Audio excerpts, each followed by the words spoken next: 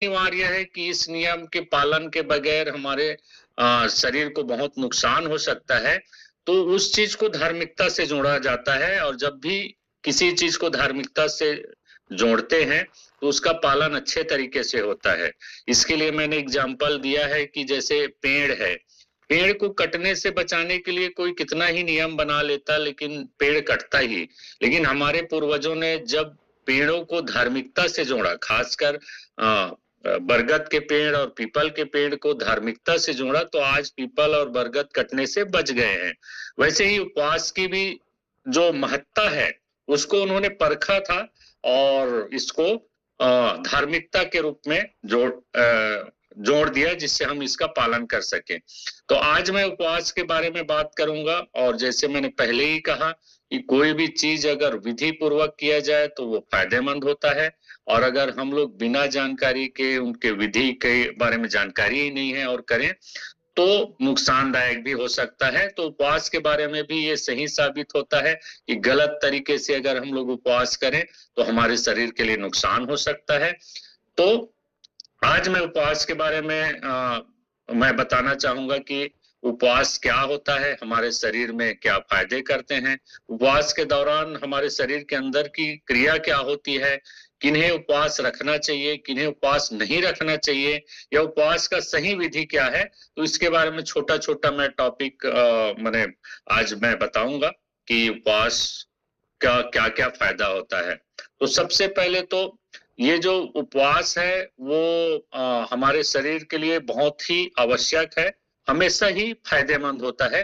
कुछ अपवाद रहते हैं या कुछ ऐसे लोग रहते हैं जिनको उपवास नहीं करना चाहिए, उसके बारे में मैं आखिरी में बताऊंगा। सबसे पहले मैं बताता हूं उपवास के फायदे क्या होते हैं। तो सबसे पहले, और उपवास का जो सही तरीका है उसके बारे में भी मैं आगे बताऊंगा कि सबसे जो सही तरीका है जिसको आज मेडिकल साइंस ने प्रूव करके रखा है। आज से 1-2 क्लास पहले या कल के क्लास में भी मैंने बताया था।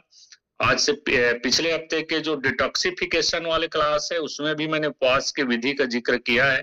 कल जो ऑटोफेजी वाला क्लास था उसमें भी मैंने उपवास के बारे में बताया है।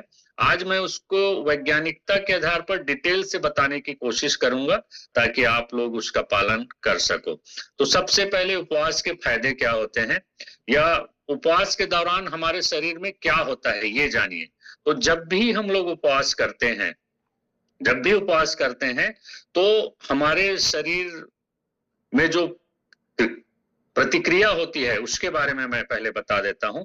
तो सबसे जो बड़ा फायदा है उपवास के दौरान वो हमारे मोटापे से लेकर है, और इसी के चक्कर में कई लोग डाइटिंग के चक्कर में आ जाते हैं, जो गलत तरीके का उपवास का ही एक रूप है जिसको आजकल डाइटिंग बोला जाता है, जो कि सर्वथा गलत है। मैं सही विधि बताऊंगा मैंने उपवास की। तो सबसे पहले मोटापा कम करता है। अब मोटापा कम करने के पीछे भी इसका साइंस समझिए कि उपवास के दौरान मोटापा हमारा कम क्यों होता है, ये सब चीज जानना भी जरूरी है। सही विधि से अगर हम लोग उपवास करेंगे तो ही हमारा मोटापा कम होगा, और हमारा शरीर पोषित होते होते भी हमारा मोटापा कम हो सकता है। तो इसके पीछे का वैज्ञानिक कारण ये है कि इसको मैं और सरल भाषा में बताता हूं कि जब भी हम लोग खाना खाते हैं, खासकर कार्बोहाइड्रेट की बात करते हैं, तो कार्बोहाइड्रेट हमारे शरीर को ऊर्जा देने का काम करता है। ऊर्जा देने के साथ साथ जैसे ही हम लोग कोई भी अनाज या रोटी खाते हैं तो वो हमारे शरीर में जाकर ग्लूकोज में कन्वर्ट हो जाता है, और उसको इंसुलिन ग्लूकोज को तोड़कर हमारे शरीर को ऊर्जा प्रदान करता है। ये बहुत ही सरल साइंस है। तो जैसे ही ग्लूकोज को इंसुलिन ऊर्जा में कन्वर्ट करता है, हमारे शरीर को काम करने के लिए ऊर्जा मिलती है।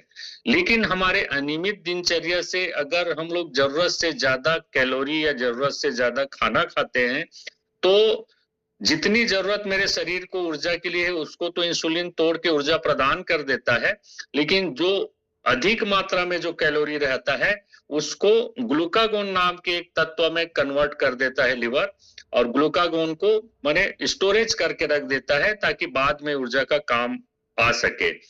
और ग्लूकागोन बनने के बाद और भी अगर हम लोग ऊर्जा लें तो उसको फैट सेल में कन्वर्ट करके हमारा शरीर हमारे अंदर ही स्टोर कर लेता है। तो आप समझिए कि अगर हम लोग लगातार ज्यादा खाना खाएं तो सबसे पहले ग्लूकागोन हमारे लिवर में डिपॉजिट होगा और ग्लूकागोन के बाद फैट सेल में वो माने कन्वर्ट हो जाएगा। फैट सेल माने मोटापा। तो उपवास के दौरान होता यह है कि जब भी हम उपवास करते हैं, जब भी उपवास करते हैं तो हमारे शरीर को तो ऊर्जा की जरूरत रहती ही है।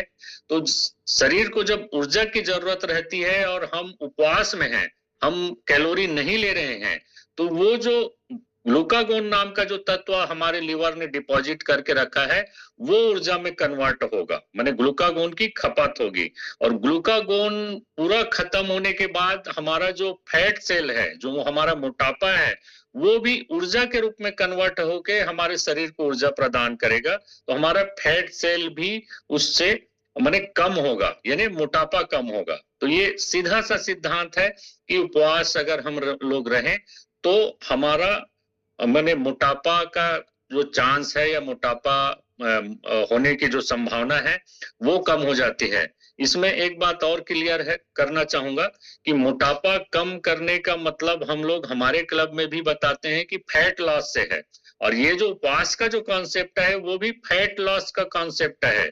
और ये जो डाइट जो माने डाइटिंग वाला है वो फैट लॉस का नहीं है, वो सिर्फ वेट को कम करता है, आपके हेल्दी माने जो मसल्स है उसको डैमेज करता है, जबकि उपवास हमारे अनहेल्दी फैट को कम करता है। इसमें ये अंतर आप लोग अगर जानेंगे तो उपवास के महत्व को और आप समझ पाएंगे। तो ये तो सबसे मुख्य कारण हुआ कि हमारा मोटापा कम होता है। दूसरा माने चीज होता है कि हमारा जो लीवर है, लीवर इससे डिटॉक्सिफाई होता है और ये दूसरा फायदा हुआ। तीसरा फायदा, मैंने एक बार कार्टिसोल हार्मोन का एक ठो क्लास लिया था, उसमें मैंने ग्रोथ हार्मोन की चर्चा की थी। और ग्रोथ हार्मोन वो हार्मोन होता है जो हमारे कार्टिसोल माने हमारे जो चिंता का जो या हमारे जो दर्द का हार्मोन है कार्टिसोल, उसको कम करता है। तो मैंने उस क्लास में भी बताया था कि कार्टिसोल जो हार्मोन है वो ग्रोथ हार्मोन जब बनता है तब कार्टिसोल कम होता है। और ये ग्रोथ हार्मोन हमारे उपवास के दौरान बनता है, जब भी हमारा पेट खाली रहता है, जब भी हमारा जो पाचन तंत्र है वो आराम की अवस्था में रहता है, तो हमारे शरीर से ग्रोथ हार्मोन रिलीज होता है। और ग्रोथ हार्मोन रिलीज होने से हमारे जितने भी बीमारी का जो हार्मोन है जिसको मैं कार्टिसोल बोलता हूं, उसकी मात्रा कम होती है। तो दूसरा माने सबसे बड़ा फायदा ये है, मोटापा पहला। फिर दूसरे नंबर का फायदा हमारा जो ग्रोथ हार्मोन है, या ग्रोथ हार्मोन को आप हैप्पी हार्मोन से भी ले सकते हैं। जितने भी हैप्पी हार्मोन है जो हमारे को स्वस्थ रखते हैं, उसकी भी माने अच्छी मात्रा में रिलीज होता है। तो ये तो हुआ फायदा। और बहुत सारे फायदे हैं, जैसे कोई भी सूजन वाला जैसे रोग है, जैसे अर्थराइटिस सबसे बड़ा रोग है अभी सूजन वाले रोग में। तो ये जो सूजन है उसको भी उपवास के दौरान माने कम होता है। चौथा माने फायदा हो सकता है हमारा जो मेटाबॉलिक है या चयापचय सिस्टम है उसको फायदा पहुंचाता है, क्योंकि कुछ देर के लिए अगर आराम मिल जाता है तो हमारा जो चयापचय सिस्टम है वो माने बहुत ही माने अच्छी तरीके से काम करता है। पांचवा फायदा ये है कि जिनको कोलेस्ट्रॉल की प्रॉब्लम है वो कोलेस्ट्रॉल भी उपवास के दौरान कम हो जाता है, क्योंकि जब भी कोई भी चिकनाई वाली चीज हमारे शरीर के अंदर नहीं जाती है तो ये जो कोलेस्ट्रॉल है वो कम होने लगता है। तो ये तो हो गया फायदा। अब मैं बताता हूं, मैंने टाइम कम है इसलिए मैं असली मुद्दे पर आता हूं कि उपवास का सही विधि क्या है। तो वैसे धार्मिकता में हम लोग व्रत अलग अलग तरीके से करते हैं, लेकिन वैज्ञानिक रूप से प्रूव जो माने उपवास की जो विधि है वो इंटरमिटेंट फास्टिंग को बोला गया है। असल में ये नाम पाश्चात्य सभ्यता से आया है, लेकिन है ये फायदेमंद।